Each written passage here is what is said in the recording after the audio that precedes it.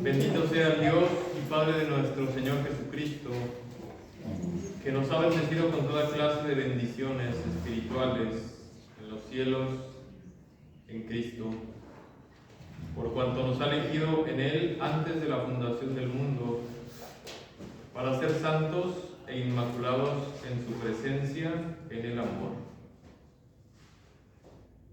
Gloria al Padre y al Hijo y al Espíritu Santo.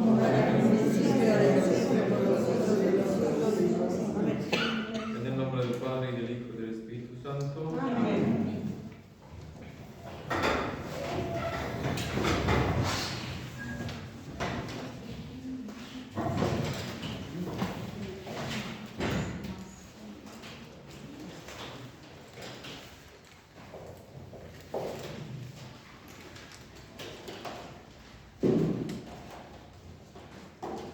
La vez pasada veíamos ya algo acerca de que será muy importante el número 7, o la división en 7 partes, 7 capítulos, 7 secciones, 7 imágenes, 7 objetos, que tendrá pues nuestro libro del Apocalipsis. 7 elementos o unidades. Y también decíamos de diversas interpretaciones, que algunos hablaban del milenarismo, que cada una de las partes son 1000 años.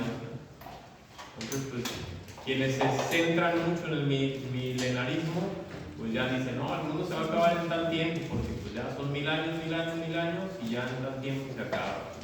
No hay. El mismo Cristo nos revela, ¿verdad?, que nadie sabe. También una historia del final de los tiempos, que quizá la mayoría de personas que poco han escuchado, se han acercado, han leído o han preguntado, pues quizá la mayoría pensarán que el Apocalipsis solamente nos va a hablar del final de los tiempos. Es que es el último libro de la Biblia y nos va a hablar de lo que va a pasar al final del mundo, que va a haber pues una lucha entre el bien y el mal, y que en el cielo va a pasar esto, y que va a haber muchas cosas que estarán pasando a nivel espiritual, y la oscuridad y las tinieblas, y un periodo pues de oscuridad. Pero no todo podemos interpretarlo a la luz del final de los tiempos. Otros pensarán que solamente habla de la historia contemporánea de Juan, es decir, lo que él está viendo a su alrededor, lo narra, pero pues con un lenguaje profético, apocalíptico, con estas imágenes, con estos lenguaje, pero que solamente habla de lo que él está viviendo. Las 7 iglesias, pues las 7 iglesias que él conocía de la región de Asia. Y las bestias, pues será que el emperador o esto. O sea, hay quienes quieren ver solamente que él escribió como si solamente fuera la historia actual que él vivía. La historia que él estaba viviendo, o el tiempo en el que él estaba viviendo, escribir pues en un lenguaje cifrado, en un lenguaje misterioso. Pero no, pues no solamente es la historia contemporánea. Y ya decíamos que pues sería pues para darle un mejor sentido, una mejor interpretación a las imágenes, a la manera de escribir, pues habría que meternos prácticamente al lenguaje propio. En este caso el griego, en el que escribe Juan, pero también el hebreo, porque muchas imágenes ya estaban contenidas en la cultura de aquellas regiones, y están contenidos en otros libros.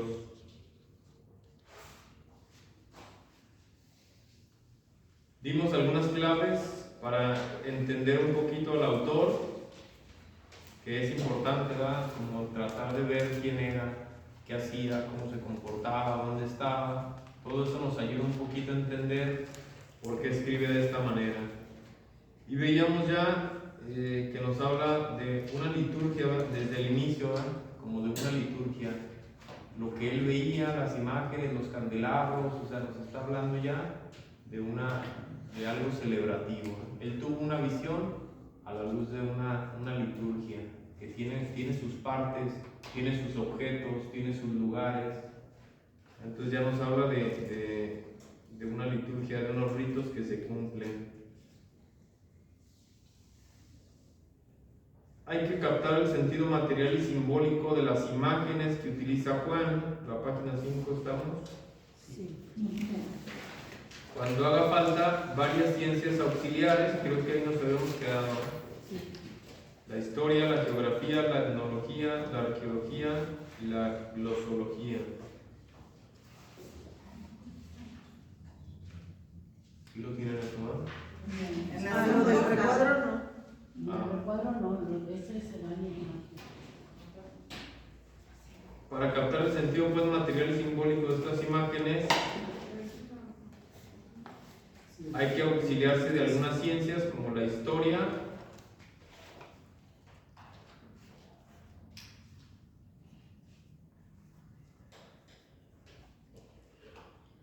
la geografía. En el cuadrito vamos a poner eso. Sí.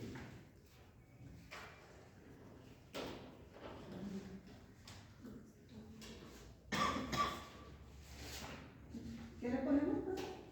Historia, geografía.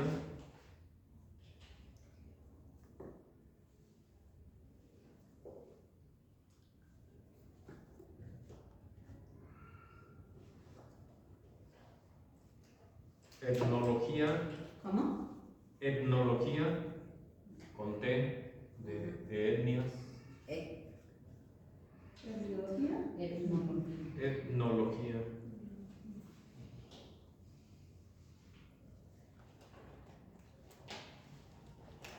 Arqueología.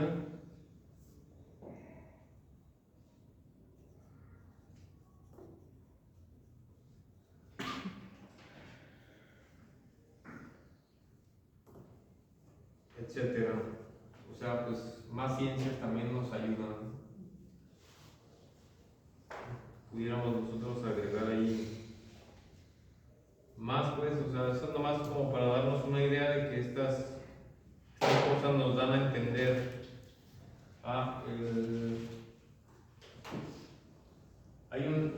Hay muchos libros que nos hablan de la vida y de la vida de Cristo, ¿no? Algunos un poco novelescos, otros más aterrizados. De entre las vidas de Cristo, pues destacan dos muy conocidas, un autor muy famoso, no recuerdo ahorita bien quién, y la del padre español José Luis Martín Descalzo, ¿no? Y la primera, casi toda la primera sección, hay un compendio que está todo en un libro y hay otro que está en 3 tomos. Casi todo el primer tomo, que es un 70%, nos habla del tiempo, ¿no? El tiempo en el que vive Jesús, porque es importante entender el tiempo. Cuando Jesús habla de los fariseos, pues, ¿quiénes son los fariseos? ¿Qué hacían? Cuando Jesús habla del templo, ¿no? A lo mejor nosotros pensamos en este templo. Ahora que vinieron personas de otra parroquia en la celebración del domingo, unos amigos, decía un amigo pues, que se le hacía impresionante el templo aquí San Juan Bosco. Dice que le gustó mucho, ¿no? Dice, no, es que se ve así impresionante, pues, la altura, lo grande, las columnas, o sea, se siente como algo bien hecho, pues, algo fuerte, ¿no? Entonces, todo eso tiene que ver, o sea, cuando dicen que Jesús va por primera vez al templo, las personas que suben al templo, los que peregrinan al templo, o sea, imagínense un templo grandiosísimo, ¿no? Con sus columnas, con su torre de vigilancia, con todo lo que nos va hablando la Sagrada Escritura, entonces más o menos nos los vislumbra, como para imaginarnos, ¿no? A lo mejor cuando dice, no, pues Jesús fue al templo, pues un templillo ahí, no.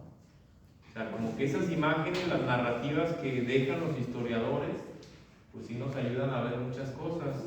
A mí algo que, por ejemplo, me llamaba muchísimo la atención, por ejemplo, las comidas, ¿no? O sea, antes no había pues, a la mano tantas especies y pues, estufas de unas y hornos y esto, ¿no? Entonces uno dice, pues de ver la gente así, ¿cómo hacía de comer? Pues, hacían ahí su panecito, su aceitito y ya.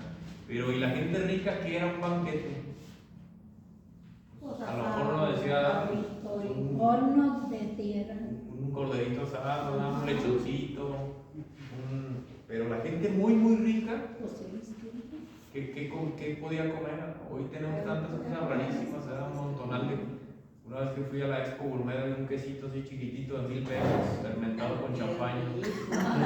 Pero qué rico. Así estaba, no lo compré. No estaban mis posibilidades.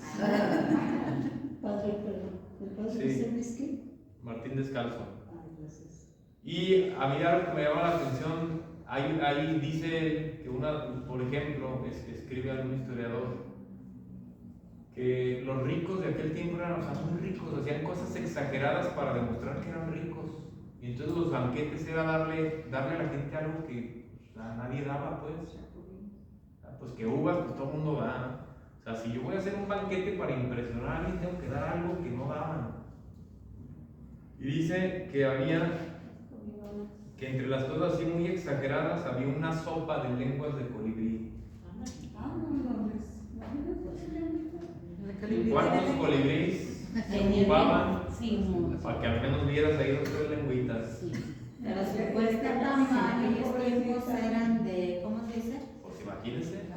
O sea, la exageración, ¿no? O sea, hoy podemos decir, hay no sé, que quesos muy caros, vinos muy caros, cosas muy caras, pero en aquellos tiempos, ¿qué era? Así como decir, a ver, yo de veras tengo dinero, voy a conseguir algo que nadie más puede conseguir. Pues ahí unas lengüitas de colibrí, a lo mejor ni sabían buenas, pero el chiste es decir, o sea, ¿quién dio eso? Sí, Ser únicos. ¿Quién da eso? Sí. O decir, ¿a qué saben? Pues las probé con fulanito, o sea, imagínense. Entonces, así entre cosas muy exageradas nos ayudan a entender, o sea, cuando Jesús habla de aquellas personas que presumen, que ostentan, o sea, realmente estamos hablando de cosas exageradas. Y que no comparten con los pobres. También, pues, en vez de ayudar en otras cosas, pues en eso gastaban, ¿no? En sus comilonas. Las plagas apocalípticas, hay una sección donde nos hablará de las plagas, podemos ver anteriormente. Son como las de Egipto, de hecho hay una gran semejanza, graduales en el doble sentido, es decir, van avanzando o van siendo más importantes, más grandes, más fuertes, con un doble objetivo, pudiéramos decir, medicinal punitivo, es decir, va ayudando a que vayamos entendiendo, cambiando, mejorando. Recordemos que las plagas del Éxodo van haciendo que cambie de opinión el faraón. Al principio, pues que pasó esto, no le hace. Que pasó aquello, que el agua se puso roja, no le hace. Pero ya cuando se mueren los primogénitos y se ve afectado en su casa, pues es cuando dice, o sea, sí está feo, ¿no? O sea, tengo que cambiar de opinión. Entonces también aquí las plagas que nos presentará Juan, de igual manera en el Evangelio que probablemente estudiaron, veremos que a Juan le gusta hacer como una comparación, ¿no? Como la historia se va desarrollando en torno a una historia del Antiguo Testamento, ¿no? La historia del Génesis en el inicio del Evangelio de Juan, la historia del Éxodo en el libro del Apocalipsis. Entonces estas plagas tendrán pues también este sentido medicinal, cognitivo, van aprendiendo o van creciendo de manera que el pueblo vaya entendiendo, vaya dándose cuenta de lo que debe cambiar. Juan es profeta, Dios le ordena que hable en su nombre, ¿verdad? A la manera de los profetas. No es porque Escritura. ¿está vacío? Sí, está un espacio vacío. ¿Qué tiene para contestar? Dice 2 carismas, ¿verdad? Juan es profeta, Dios le ordena que hable en su nombre. Hay que poner ahí, Dios le ordena que hable en su nombre. Esto no pasa con los evangelistas o en los evangelios o en los hechos de los apóstoles, ¿verdad? Dios le ordena que hable en su nombre. Dios dice, diles esto, Dios dice, escribe esto. Ese tipo de lenguaje no lo utilizan los evangelios o los hechos o las cartas, ¿no? Entonces Dios le ordena que hable en su nombre. Y a la vez agiógrafo. Dios le ordena que ponga por escrito las cosas y visiones. Dios le ordena que ponga por escrito.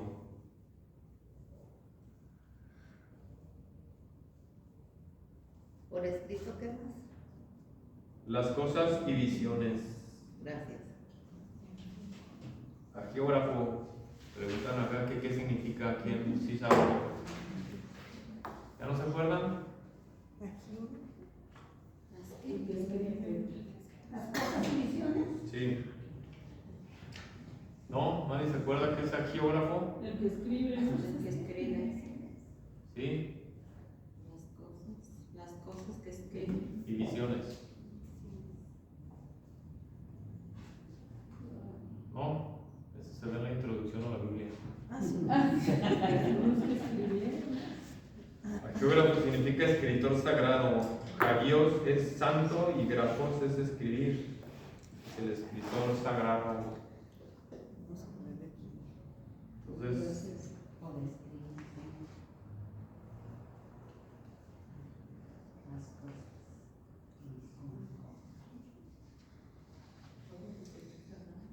Juan vislumbra realidades supraterrestres, es decir, más allá de la tierra. O sea, ve cosas que no están pasando en la tierra, sino que están pasando en el cielo o en otros lados, ¿no? Suprahistóricas, ¿verdad? Que no son parte de la historia que estamos viviendo. Espirituales, igual, pues que no podemos ver, pero están pasando. Eternas, que desde siempre, ¿verdad? Aunque nadie se haya dado cuenta o la sepa, y tiene que expresarlas con palabras materiales, terrestres y de su determinada época histórica. Eso sí lo tiene, ¿verdad? Sí. Entonces, imagínense, él quiere hablar de realidades del cielo, de cosas que están pasando en otro lado, de cosas espirituales, pero él tiene que escribirla, pues, que la gente las entienda con palabras materiales, terrestres y de su determinada época histórica. Y aún así, pues habrá dificultades, ¿eh? Por ejemplo, ¿alguien ha leído más o menos el libro del Levítico? No. Más o menos. ¿Más o menos? El El Levítico está pesado, ¿no? Porque son puras normas, leyes, mandatos y que tantos codos de aquí para allá, y que unas columnas, y que unas cortinas, y que unas telas, y que unos troncos de quién sabe cuánto. Y uno dice, "Ay, ya, o sea, ni te estás imaginando todo y te enfadas". Pero eso sí lo entiende uno, ¿eh? O sea, si yo les digo, a ver, pues había un cáliz, ¿no?, en la mesa, y alguien va a decir, ¿qué es el cáliz? ¿No? Pues la mayoría de los creyentes sabemos, ¿no? Sí, El claro. cáliz es una copa donde se pone el vino, se convierte en el cuerpo y la sangre de Cristo. Entonces sabemos algunos nombres, ¿no?, litúrgicos de objetos, un candelabro, sabemos lo que es. A lo mejor ya si decimos la credencia, ¿no?, ¿cuál es? El otro día me decía una de las sacristanas que le dijo a la niña, oye, trae el libro, no sé, tráete no sé qué. Y que la niña dijo, ¿dónde está? Dijo, está en la credencia. Y la niña se salió. Y regresó y dijo, es que no la encuentro. Dijo, es que no la encuentro, ¿dónde está? Pues la credencia ahí está, en la mesita, donde está la campana. Sí. Entonces, de igual manera, sí, a lo mejor si yo a alguien le digo, pues, ¿qué es el turíbulo? ¿El qué? Pues, no, ni los monaguillos saben. El turíbulo es el incensario, pero su nombre griego, creo, es turíbulo. Por eso se llama tuliperario el que ayuda con él. Y entonces, si yo escribiera eso, les escribo, no, pues que estaba ahí el turíbulo y se prendió luego una cortina. Y alguien va a decir, pues, ¿y eso qué era? Y alguien va a decir, era como un bracerito. Porque pues si estaba ahí y se prendió, o sea, se entiende, ¿no? Entonces hay muchas cosas en el Levítico que no sabemos, o sea, ni los judíos saben qué son. Porque pues pasaron de tiempo, de época, se fueron al exilio, regresaron, y hay nombres que si ahí dice en el Levítico, pues que en tal esto se colocaba y dice ahí una palabra como esta, turíbulo, y alguien va a decir, pues ¿qué era? ¿Quién sabe? Entonces imagínense, Juan tiene que escribir sobre estas cosas. Imagínense si él vio unos objetos y entonces Juan va a decir, era como una vela, era como un candelabro, para que entendamos, pero a lo mejor no era diferente. Pero si él le pone un nombre o le inventa nombres, pues no van a quedar. Hay realidades que tratamos de explicar con palabras, pero pues realmente no las podemos explicar o abarcar. Cuando Santa Teresa tiene la transverberación, el éxtasis, y ella dice que vio a un ángel repleto de fuego, dice, de esos que llaman querubines, y dice que tenía una espada como con fuego encendido. O sea, ella en sus palabras escribe lo que ella veía y le atraviesa el cuerpo y siente como un calor, como un sufrimiento y un gozo a la vez, pero es un sentimiento pues de éxtasis que no se puede explicar, de un estado pues que sobrepasa pues un sentimiento humano. Entonces lo trata de explicar a su manera, y tenía alas, con ellas se cubrían los ojos, cuando explica Isaías, ¿no? Con ellas se cubrían los ojos, con otras se cubrían el cuerpo, y así. Entonces, por ejemplo, para nosotros, hace algún tiempo había un debate, y por ejemplo, ¿sí saben qué es la transubstanciación? ¿No? ¿La qué? Transustancias. El pan en el cuerpo de Cristo. Sí, cuando el cuerpo, el pan y el vino se convierten en cuerpo y sangre de Cristo, es decir, cambia su sustancia. Ya no es pan, ya no es vino, es cuerpo y es sangre. Es cuando es la consagración. Sí, transubstanciación.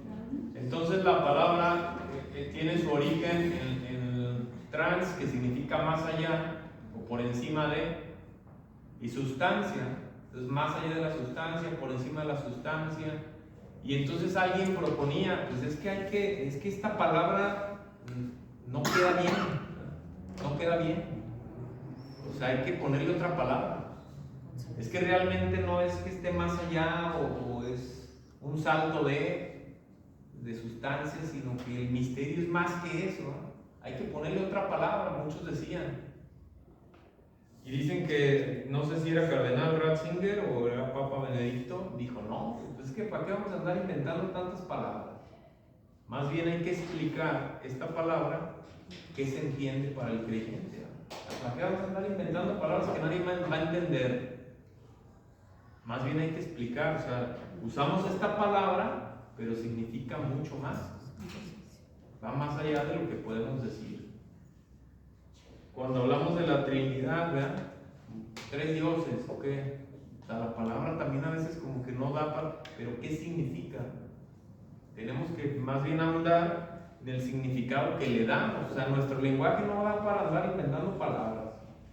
Esta palabra nadie la entiende, pero pues significa... No, mejor explicar qué significa este misterio. Mejor en castellano, ¿verdad? Sí, así, ¿verdad? A veces se nos olvidan muchas palabras, ¿verdad? Que no utilizamos tanto. Entonces, si nos agarramos inventando palabras porque esta palabra queda mejor, pues no. Pues más bien, decía el Papa, pues más bien esforzarnos en explicar qué significa la transubstanciación para los cristianos, para los creyentes, para la iglesia. A grandes rasgos esto, pero pues va más allá. Juan trata de suplir la insuficiencia o falta de palabras mediante imágenes. Aquí tienen las nubecitas, página 6. La primera nube, imágenes.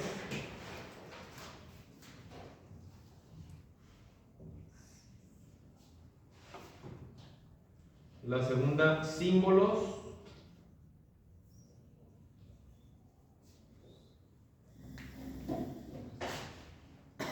Y la tercera, colores.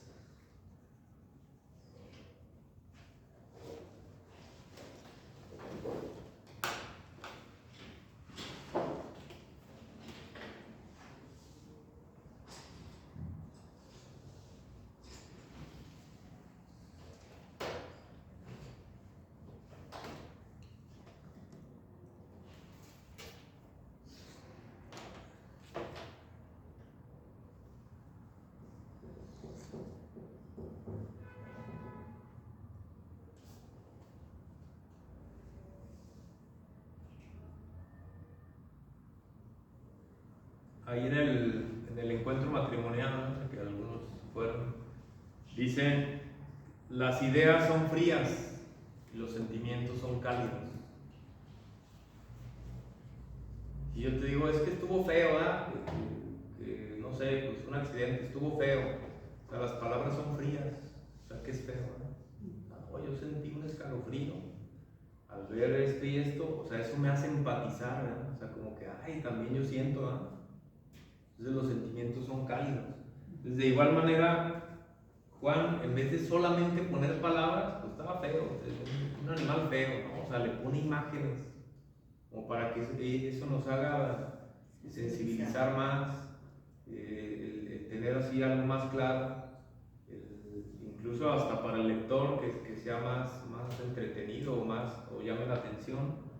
Entonces, la utilización de imágenes, símbolos y colores nos atrapa, pues, o al menos nos hace, ¿no? Pues que imagínate esto y esto y esto, o sea, y me hago un mundo así bien extraño, ¿no? Entonces, eso me ayuda como a mantenerme en la línea, en la historia, en lo que se está diciendo.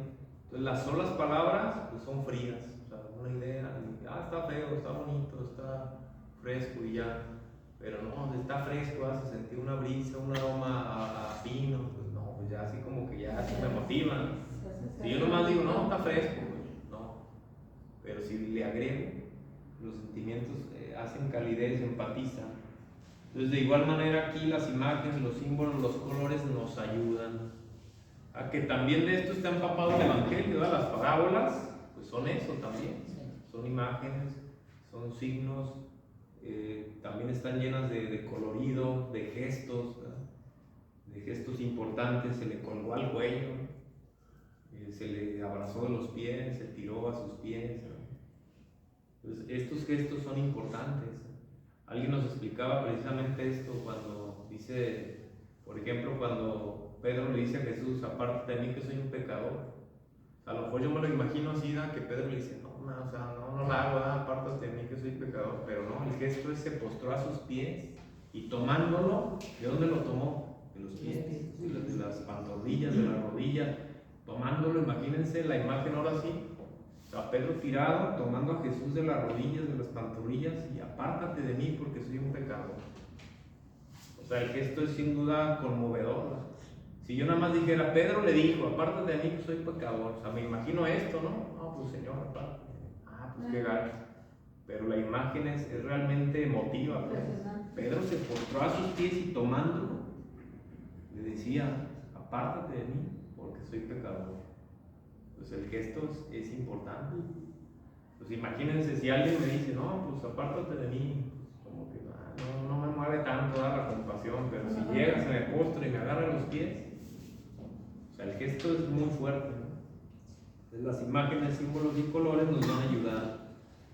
Algunos estudios definen al Apocalipsis como la teología de la historia, o bien la historia humana vista desde el cielo.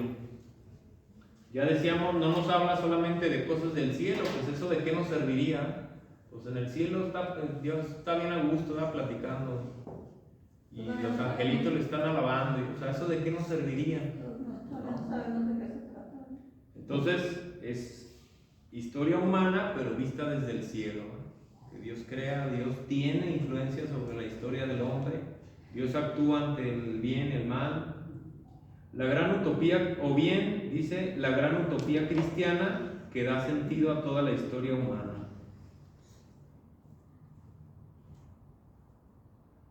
Por su contenido doctrinal, el Apocalipsis está en total consonancia con los demás libros del Nuevo Testamento y los completa. Incontables veces Juan presenta a Dios como creador, dominador del universo, Padre y supremo juez.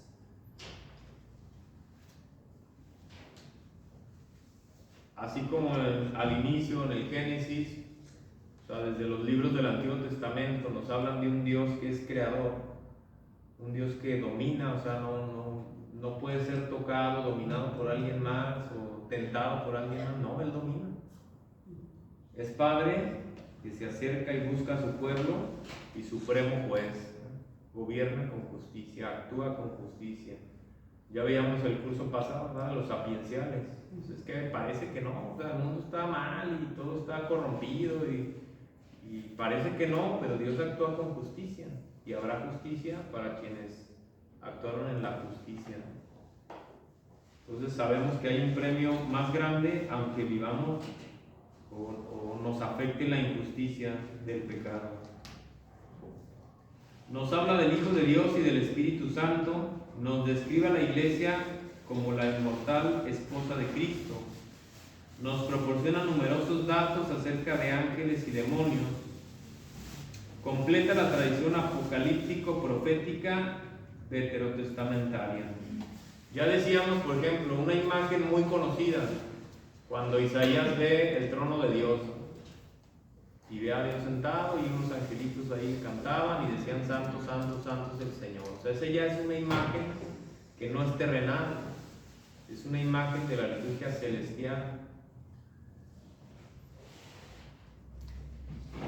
Y entonces pues también Juan, o sea, no es Juan el único que nos dará imágenes así. O sea, ya hay en el Antiguo Testamento, más todavía en Daniel, encontraremos pues imágenes ya apocalípticas de cosas del cielo, de cosas espirituales, que no tienen que ver con el comportamiento tal cual del hombre o solo del hombre.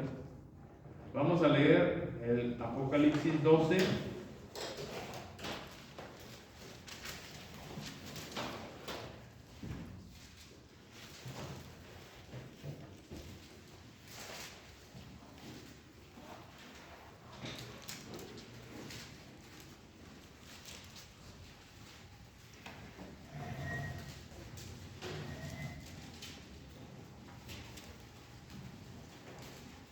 Es un texto que ya hemos escuchado mucho, ¿verdad? Ahí el 12.1 dice, un gran signo apareció en el cielo, una mujer vestida de sol, con la luna bajo sus pies y una corona de 2 estrellas. ¿No? Dicen unos, es la Virgen de Guadalupe. Pero vamos a leer a partir del 12.7, versículo 7. ¿Quién nos hace el favor de leerlo en voz alta? En ese momento empezó una batalla en el cielo. Miguel y sus ángeles combatieron contra el monstruo. El monstruo se defendía apoyado en sus ángeles, pero no pudieron resistir y ya no hubo lugar para ellos en el cielo. Echaron pues al enorme monstruo, a la serpiente antigua, al diablo o Satanás, como le llaman, el seductor del mundo entero. Lo echaron a la tierra y a sus ángeles con él. Entonces resonó el cielo un misterio inmenso. ¿Sí? Ya llegó la liberación por el poder de Dios. Reina nuestro Dios, Jesucristo manda.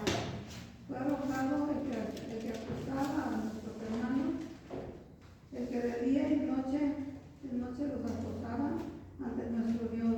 Bien, ya. Entonces, fíjense en esta imagen, en esta historia.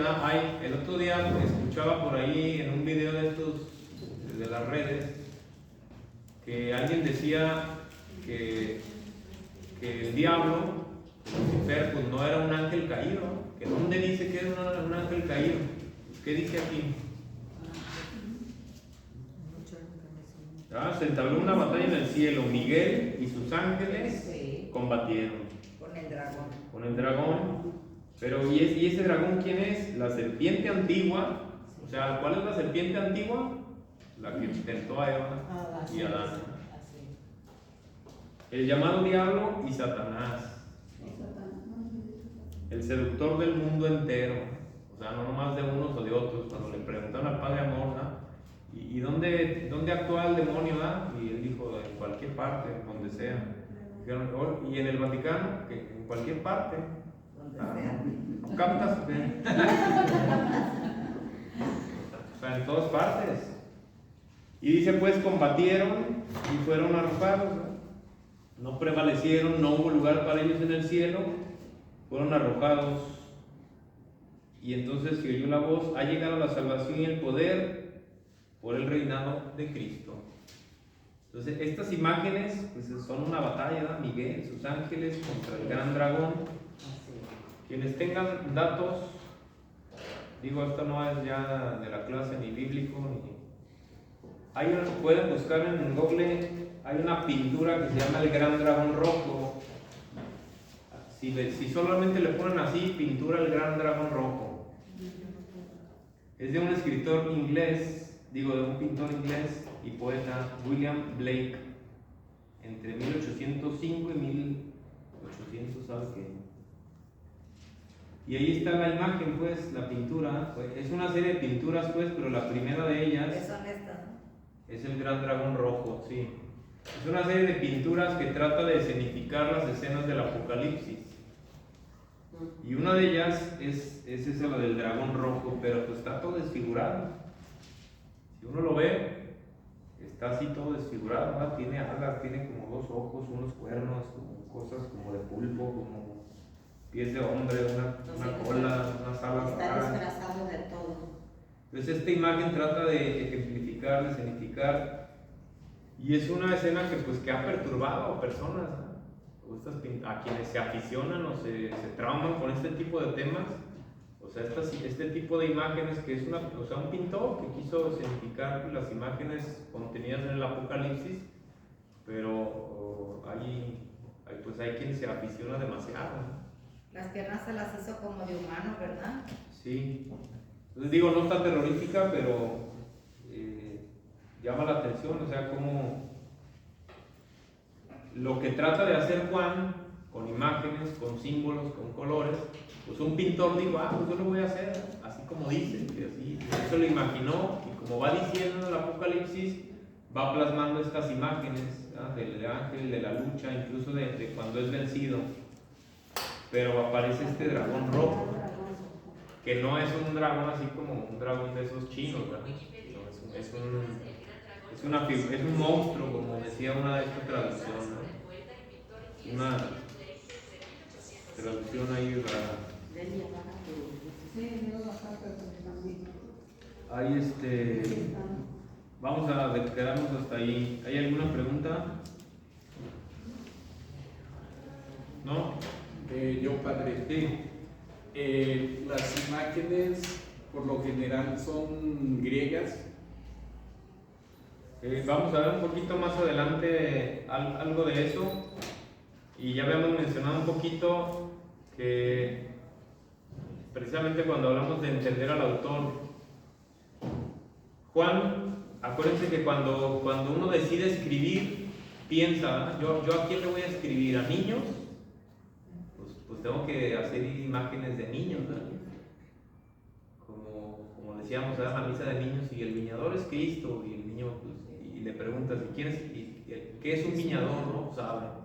Si ni los grandes entienden, pero los niños menos, ¿no?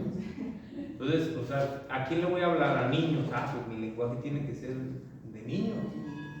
No pensar en que, yo sí le entiendo, sí, pero un niño de 5 años, de 9 años. Entonces, Juan, ¿a quién le va a hablar? ¿No? ¿A judíos solamente? No. Entonces, él no se basa solamente en las imágenes, cultura, historia del judío, sino de un ambiente más grande. Vamos a ver más adelante lo que sea de la parte del Asia, pues hoy se llama, creo que Asia Menor, pero es como la parte de Asia Central, de donde está Israel, pues es la parte de Asia, pero aquí hablaríamos de altura, de sur o norte, es como el Asia Central. Entonces Juan se va a enfocar en esta zona, donde el lenguaje más popular, más conocido era el griego. Entonces él va a usar imágenes que eran conocidas en las historias, en el ambiente, en los escritos, pues de toda esta zona, ¿no? Del Asia, tanto desde Egipto, que ya nos pudiera decirse que es zona del Asia, pero más del Asia Central. Entonces, las imágenes que tome él no serán bíblicas del Antiguo Testamento, aunque tengan que ver, como Miguel. Pero así las imágenes de las que él va a hablar son familiares para muchos, porque ya se hablaba de ellas en textos de esta zona. ¿En Miguel se refiere a los ángeles? Sí, Miguel y sus ángeles. Entonces, Miguel es un ángel, dice no me acuerdo si Juan Crisóstomo, que la palabra arcángel significa su misión, ¿no? No su ser, porque su ser es un ser espiritual, y ángelo significa enviado, y arcángel es el enviado con un mensaje más importante, ¿no? Entonces, son ángeles, pero con una misión más importante. El arcángel. Sí, así lo dice pues uno de los padres de la iglesia. Pero ahí dice nada más así, Miguel y sus ángeles. ¿Es un ángel? Pues sí, es un mensajero.